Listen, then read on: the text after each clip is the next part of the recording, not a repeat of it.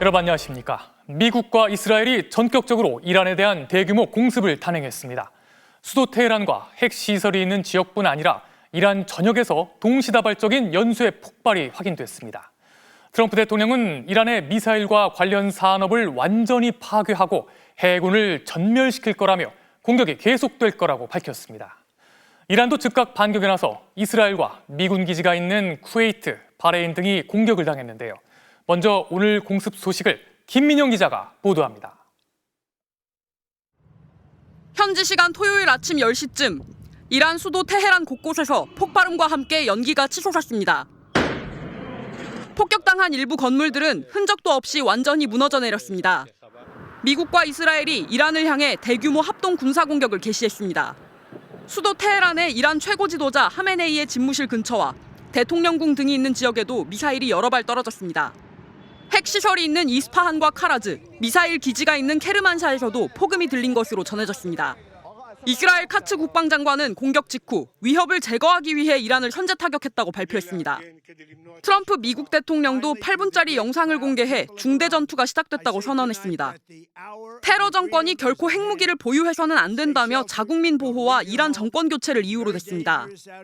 Bombs will be dropping everywhere. When we are finished, take over your government. It will be yours to take.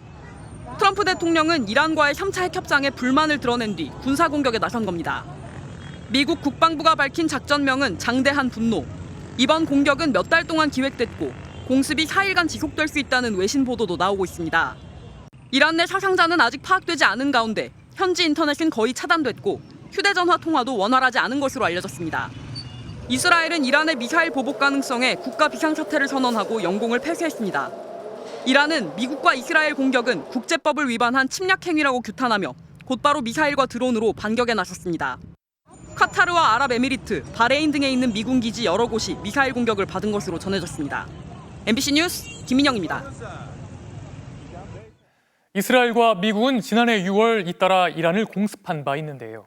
불과 8달 만에 다시 대규모 공격에 나선 중심엔 이란의 핵시설이 있습니다. 트럼프 대통령은 이란과의 핵협상이 결렬되자 전격적인 공격에 나서 이란의 핵전력을 무력화하고 더 나아가 이란 정권을 붕괴시키겠다고 선언했습니다. 장미일 기자가 보도합니다. 이스라엘과 미국이 함께 공습을 단행하기 직전인 지난 26일 제네바에서의 핵 합의가 최종 결렬됐습니다. 미국은 이란 측에 핵시설의 완전한 폐기와 농축 우라늄을 전량 국외로 옮기라며 모든 핵 능력을 완전히 포기하라고 사실상 백기 항복을 요구했습니다. 이란은 주권 침해라며 이를 거부했고 트럼프 대통령은 거래를 하지 않으면 나쁜 일이 생길 것이라고 압박하다 오늘 군사작전에 돌입했습니다. 트럼프 대통령은 작년 미국의 공습 이후에도 이란이 핵 프로그램 재건을 시도하고 핵 포기를 거부했다고 공격의 정당성을 주장했습니다. 그러면서 이란의 군사적 위협인 미사일 산업을 완전히 파괴할 것이라고 주장했습니다. Every opportunity to renounce their nuclear ambitions. We are going to destroy their missiles and raise their missile industry to the ground. 미국의 타격은 작년보다 훨씬 강화됐습니다. 지난해에는 이스라엘을 지원하며 정밀 유도탄으로 핵시설을 타격했지만 이번 공격은 사실상 전면전에 돌입한 모습입니다. 트럼프 대통령의 명령을 받은 제럴드 포드함 등 2개 항공모함 전단과 스텔스 폭격기 등이 총동원돼 이스라엘과 함께 공습을 이어가고 있습니다. 미국은 이란 정권의 완전한 붕괴와 핵 불능화를 목표로 밝히고 있습니다. 트럼프 대통령은 이란 국민들에게 미국의 공격을 마치면 이란 정부를 접수하라며 이번이 이란 정부를 끝낼 기회라고 말했습니다.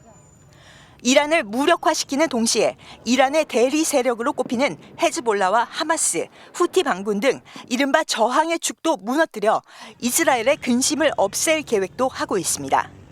미국은 앞서 이란의 대규모 반정부 시위가 유혈 진압될 때 항모 전단을 인도양과 홍해 등으로 이동 배치하며 이스라엘과 줄곧 공조해 온 것으로 알려졌습니다.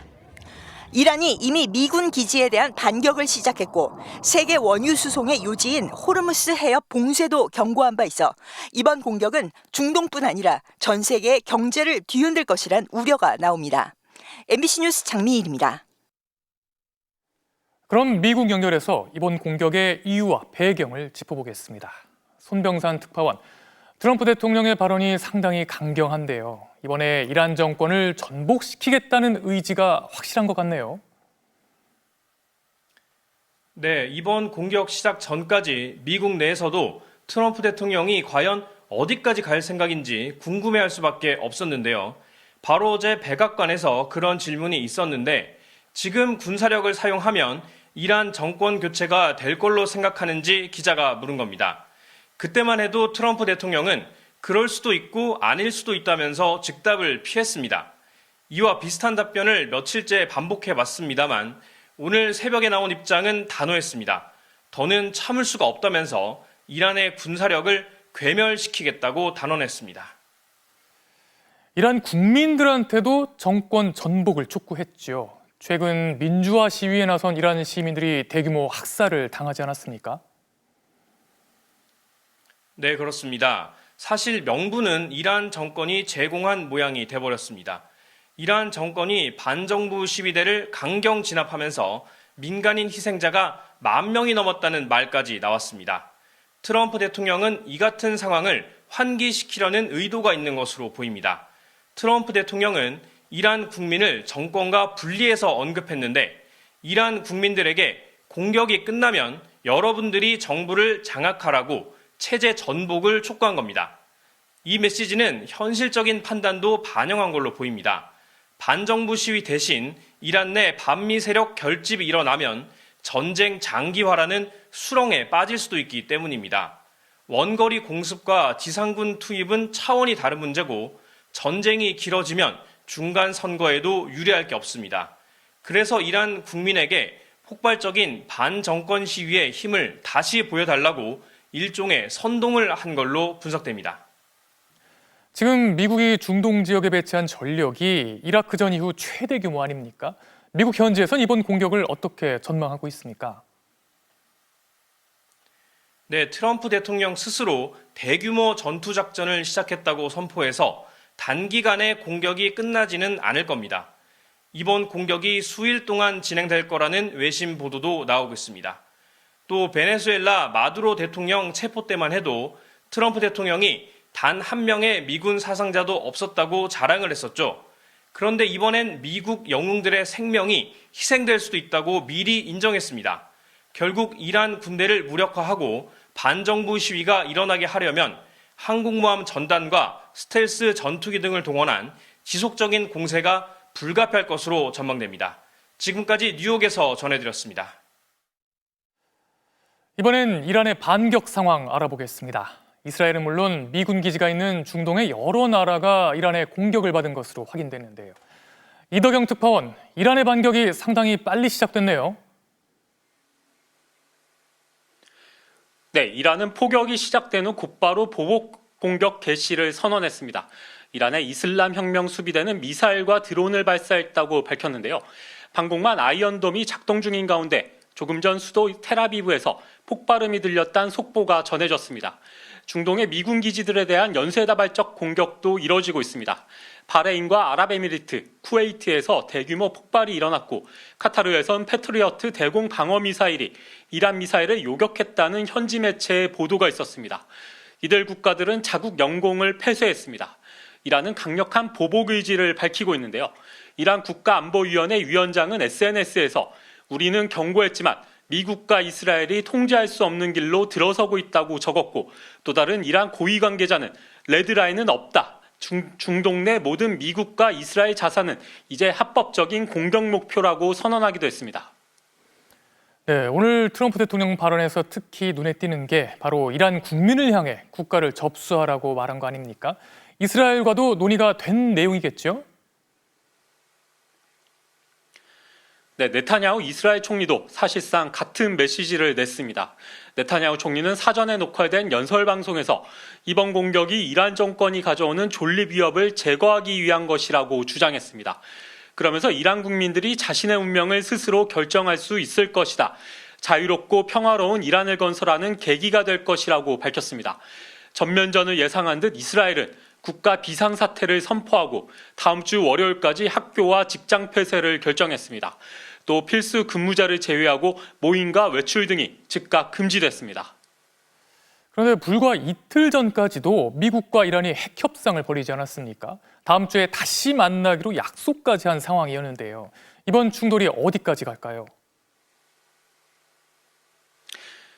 네, 미국과 이스라엘이 이란과 충돌한 건 지난해 6월 이후 8개월 만입니다. 당시 미국과 이스라엘은 이란의 핵시설에 대한 폭격을 감행했고 12일간 교전이 이어졌는데요. 이란의 핵 능력이 완전히 제거되지는 않았지만 상당 부분 파괴된 걸로 알려졌습니다. 중동 지역에서 이란의 영향력도 이미 크게 약화된 상황인데요. 여기에 경제난이 겹치면서 지난해 말부터 이란 내부에서 대규모 반정부 시위도 일어났습니다. 미국과 이란이 핵 협상을 이어가면서 무력 충돌을 피할 수 있을 거란 희망적인 전망도 있었지만 어느 때보다 약화된 이란의 현 상황을 미국과 이스라엘은 놓치지 않기로 한 것으로 보입니다. 안팎으로 위기에 처한 이란이 전면 대응에 나설 경우 5차 중동 전쟁으로 비화될 가능성도 배제할 수 없는 상황입니다. 베를린에서 MBC 뉴스 이덕현입니다.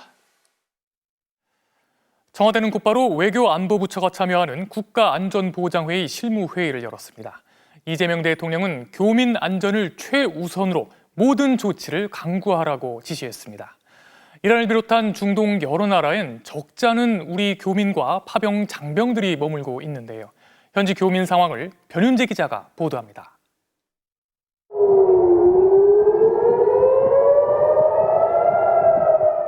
이란은 곧바로 이스라엘은 물론 미군 기지가 있는 바레인, 카타르, 쿠웨이트에 미사일을 발사했습니다. 사우디아라비아 리야드에서도 폭발음이 잇따랐다는 외신 보도도 이어졌습니다. 2천여 명의 교민들이 거주하고 있는 카타르에는 비상 대응 알림이 휴대전화로 계속 전달되고 있습니다. 지금 너무나 심각하구나. 교민들이 지금 너무너무 불안해하는 상황이고 기자님하고 통화하기 10분 전에 긴급 재난 문자가 받았어요. 외출하지 말고 안전한 곳에서 안전을 만전을 기하라. 100여 명의 교민이 머무르는 것으로 알려진 이란에서 현재까지 우리 정부가 파악한 피해 내용은 없습니다. 하지만 이란이 계속 미군과 연관 있는 중동 국가에 대한 공격을 이어가겠다고 밝힌 상태.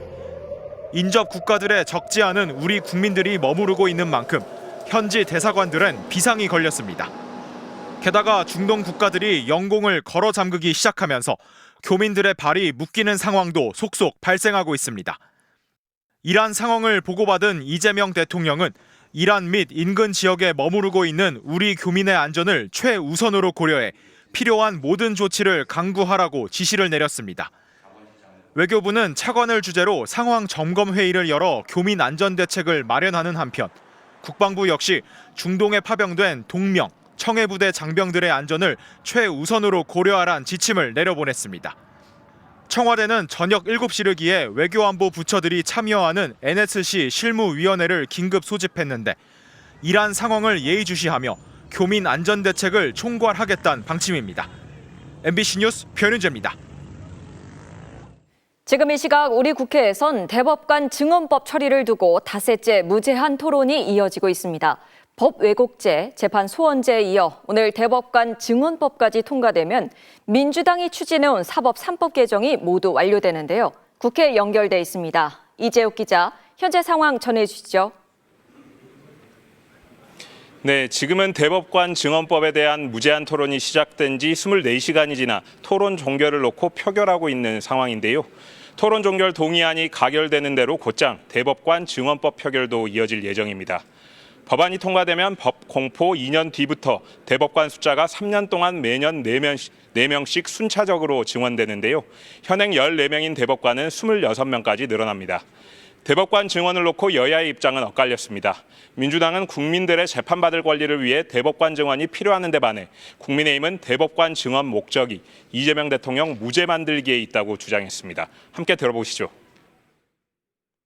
제대로 재판받을 권리를 행사할 수 있도록 하기 위함은 대법관 수를 늘리는 것이다.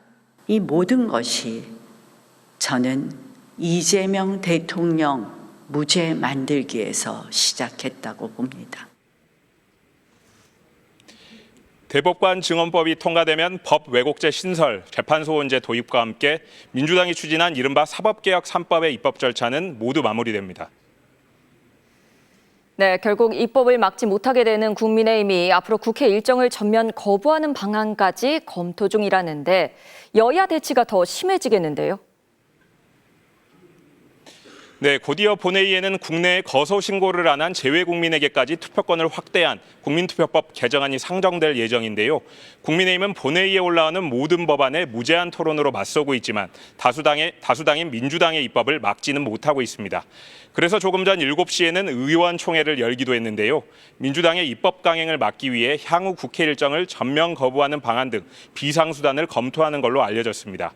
또 국민의힘은 사법파괴 3법에 대해 제대로 된 공론화 과정과 여야 합의 절차를 밟아야 한다며 이재명 대통령에게 해당 법들에 대한 거부권 행사를 공식적으로 제안했습니다.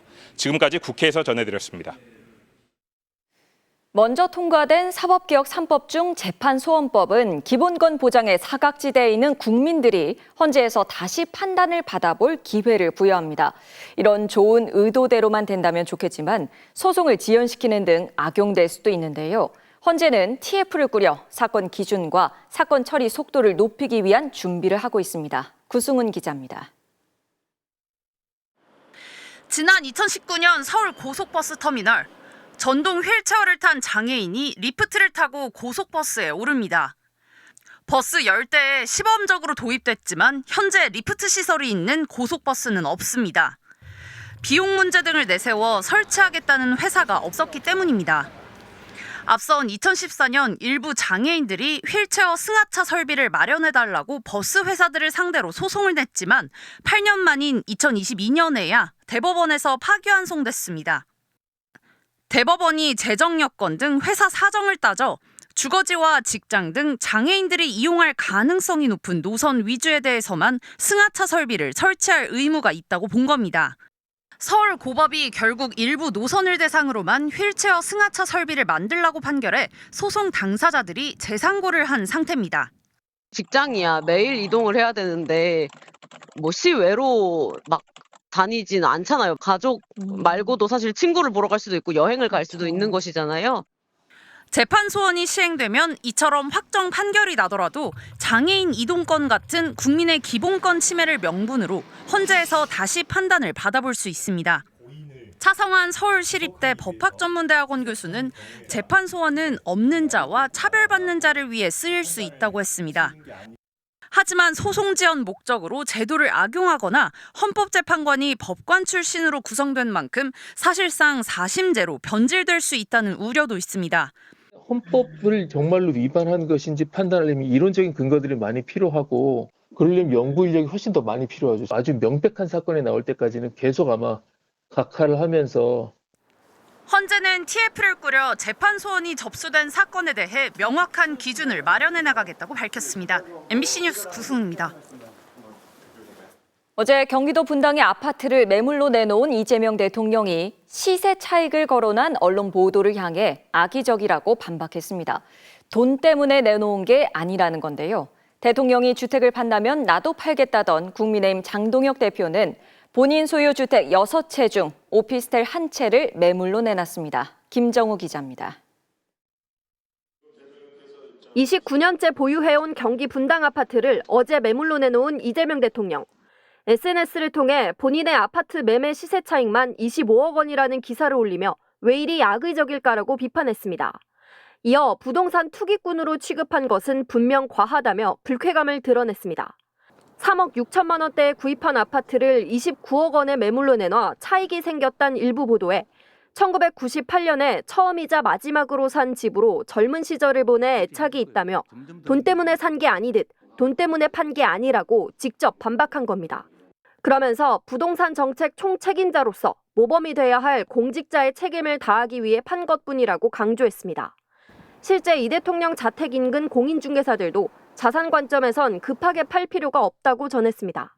여기 대통령 같은 경우에는 뭐 급하게 팔 필요가 없는 게 실세대 1주택이고 그다음에 오래 사셨던 집이라서 재건축 진행 중일 때 아무 때나 팔아도 되는 집이거든요.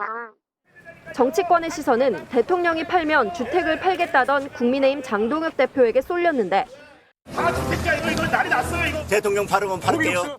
국민의힘은 장 대표가 보유 중인 6채 가운데 오피스텔 1채를 팔기 위해 내놓았다고 밝혔습니다. 6채 중에서 실제로 사용하고 있는 5채는 현실적으로 매각이 어려운 상황입니다. 사용하고 있지 않은 한 채는 이미 오래전에 매물로 내놓은 상황이고요. 실거주 중인 서울 구로구 아파트, 지역구인 충남 보령 아파트와 단독주택, 가족이 사는 주택 등을 제외하고 서울 여의도 오피스텔을 내놨던 겁니다. 공인중개사를 통해 거래를 진행하고 있지만 아직 매매가 이루어지진 않고 있다는 게 국민의힘 설명입니다. 이에 대해 더불어민주당은 다주택을 유지하겠다는 거냐며 막상 대통령이 팔겠다고 하니 발뺌하고 나섰다고 비판했습니다. MBC 뉴스 김정우입니다. 약물 음료를 이용한 모텔 살인 사건 속보 전해드립니다. 피해자 여성이 범행 정황이 2차례 더 포착돼 경찰이 조사에 나섰는데요. 범행이 더 장기간 이어졌을 가능성도 제기됩니다. 공태영 기자입니다. 서울 방배동의 한 음식점 전문 건물. 지난해 10월 25일 저녁 이 건물 5층 음식점에서 20대 남성이 쓰러졌다는 119 신고가 들어왔습니다. 자신을 연인이라고 설명한 신고자는 남성이 화이트 와인 하나 마시다가 갑자기 쓰러졌다고 신고했고 건물 층수를 알려주고 빨리 와달라며 출동을 재촉하기도 했습니다. 남성은 구조 당시 말투가 어눌했고 의식이 저하된 상태였습니다. 신고자는 구속된 20대 피의자 여성인 김모 씨. 남성의 상태는 앞서 약물로 정신을 잃은 피해자들과 유사한 증세였습니다. 추가 범행을 전수조사 중인 경찰은 해당 남성을 최근 참고인으로 불러 입건전 조사에 착수했습니다. 경찰은 또 지난 1월 24일에도 강북구 수유동 노래주점에서 김 씨가 건넨 숙취해소제를 마시고 30대 남성이 쓰러진 정황도 추가로 확인했습니다. 추가 범행이 확인되면 피해자는 5명으로 늘어나고 최초 범행 시기도 2달가량 앞당겨지게 되는데 김 씨 범행이 장기간 이어졌을 가능성도 제기됩니다. 김 씨 사건을 넘겨받은 검찰은 조만간 신상공개심의위원회를 열기로 했습니다. 사망자 유가족은 늦게라도 열린다는 소식에 환영한다는 입장입니다. 아직까지도 이루어지지 않고 있는 것에 대해서는 강한 유감을 가지고 있고 하루속히 가해자 신상정보 공개 결정 여부를 결정을 해주셨으면.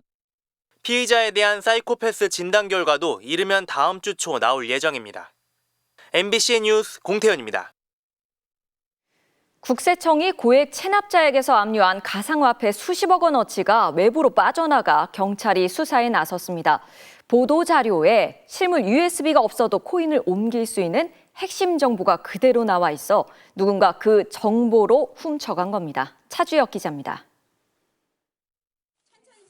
현금 따발, 명품 시계, 금두꺼비, 고액 체납자 집에서 나온 가상화폐 지갑도 이젠 국세청 압류 대상입니다. 이 대상에서 저희가 압류한 것에 동의를 한다는 말씀이죠?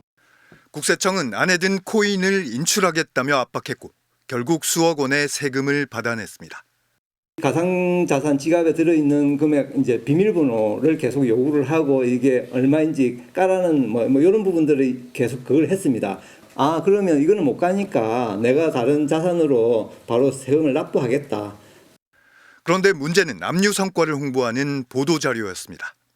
USB처럼 생긴 이 장치는 코인을 담아둔 전자지갑. 옆 종이에 적힌 영어 단어들은 지갑을 열 수 있는 복구 문구입니다.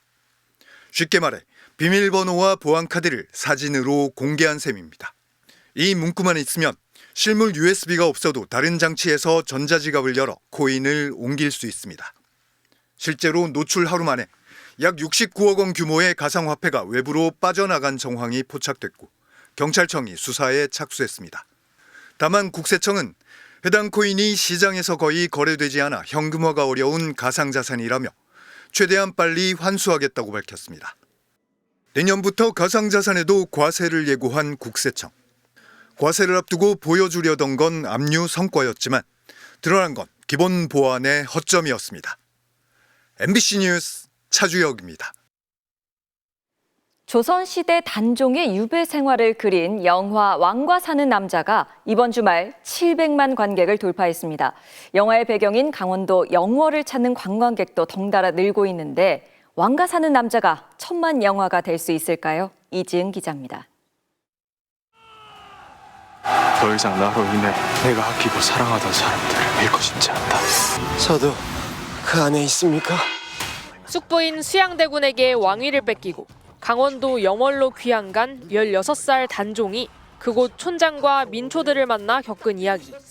역사에 기록되지 않은 단종의 마지막을 영화적 상상력으로 그려냈습니다. 반응은 폭발적입니다. 설 연휴 하루에 60만 관객을 모으더니 개봉 20일 만에 600만 관객을 넘어섰습니다. 요새 나온 영화들 중에 제일 좋았던 것 같고 또 이번 기회로 한국의 역사 같은 것도 많이 알려질 것 같아서 영월을 찾는 관광객도 크게 늘었습니다. 평일에도 단종의 유배지 청령포로 향하는 배를 타려고 줄이 길게 늘어섰습니다. 단종의 마음도 좀 알 것 같고 좀 더 둘러보고 싶은 마음이 있습니다.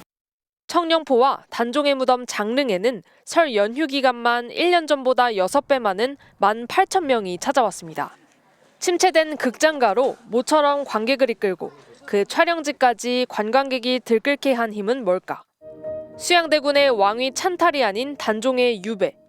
여태 사극은 많았지만 궁중 암투나 전쟁이 아닌 쫓겨난 어린 왕과 민초들의 만남이라는 새로운 이야기가 관객 공감을 이끌어냈습니다. 코믹 연기와 섬세한 감정 표현을 오가는 유해진, 소년 단종의 슬픔을 표현한 박지훈, 신구 배우들의 호연도 더해졌습니다. 역사의 좀 뒤편에 있는 그 엄흥도라는 사람의 이야기를 좀 담은 게 좀 새로운 관점인 것 같아가지고 재밌게 봤던 것 같습니다. 천만 관객이 사라진 우리 영화계. 왕이나 영웅 대신 역사 뒤로 사라진 한 소년과 민초들의 이야기가 끊겼던 천만 영화의 맥을 이어갈 수 있을지 이번 주말 성적이 분수령이 될 것으로 보입니다. MBC 뉴스 이지은입니다.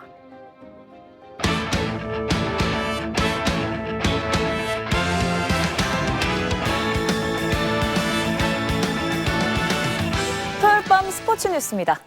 K리그 2016 시즌이 드디어 막을 열었는데요. 2년 만에 성사된 서울과 인천의 경인 더비에서 서울이 2대1로 승리했습니다. 송기성 기자입니다.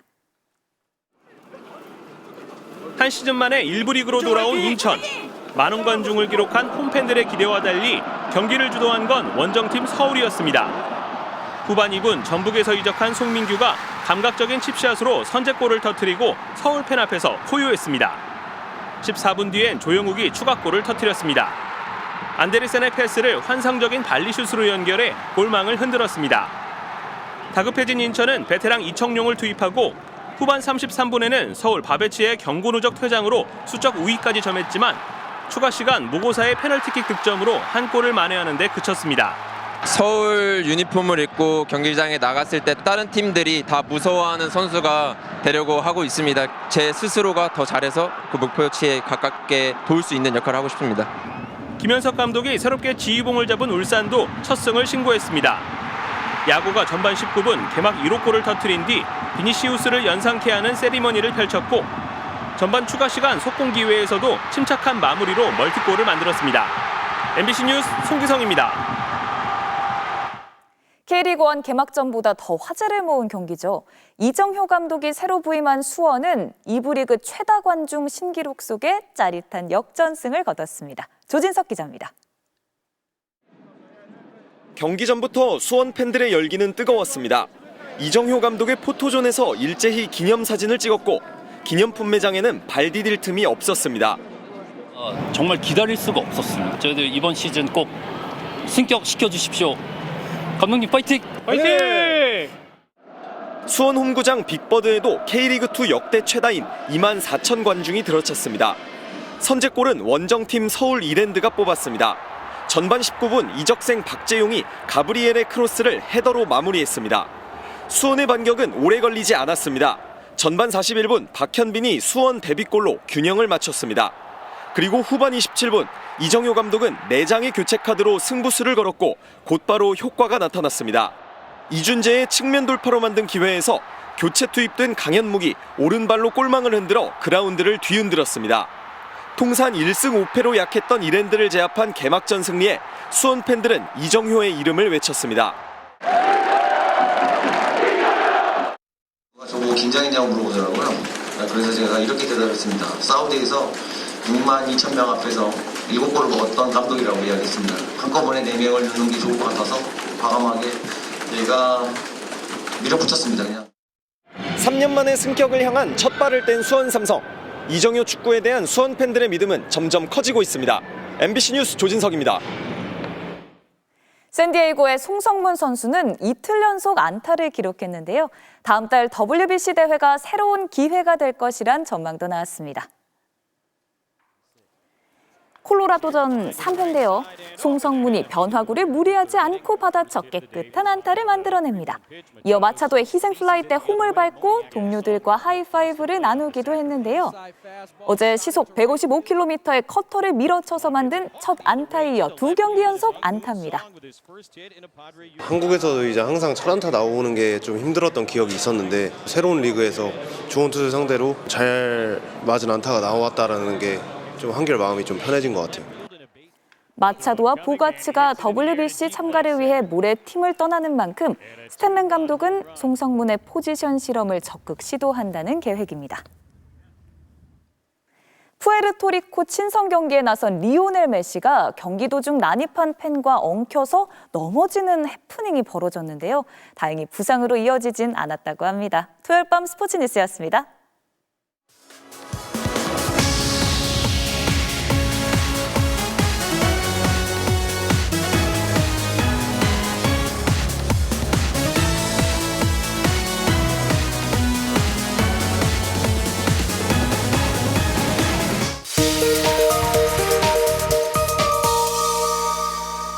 내일도 포근한 날씨가 이어지겠지만 화창했던 오늘과 달리 내일은 전국이 대체로 흐리겠습니다. 한편 오늘 밤부터 일부 동해안에 비나 눈 소식이 있겠습니다. 내일 서울은 한낮 14도로 평년 기온을 웃돌며 봄 날씨가 이어지겠습니다. 다만 월요일에는 전국에 비나 눈이 내리면서 일시적으로 쌀쌀해지겠습니다. 오늘 밤부터 내일 오전까지 강원 동해안에 5mm가량 비가 내리겠고 기온이 낮은 산간에는 최대 5cm의 눈이 내리겠습니다.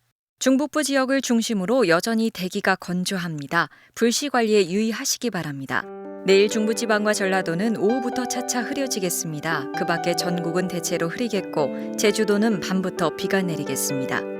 내일 아침 최저 기온은 청주 4도, 대구 6도를 보이겠고 낮 최고 기온은 춘천 12도, 광주 15도를 보이겠습니다. 대체 공휴일인 월요일에 전국적으로 비나 눈이 내리겠고 강원 영동과 경상도, 제주도는 화요일까지 이어지겠습니다. 금요일에 다시 전국에 비나 눈 소식이 있겠습니다. 토요일 뉴스데스크 여기서 마치겠습니다. 함께해 주신 여러분 고맙습니다.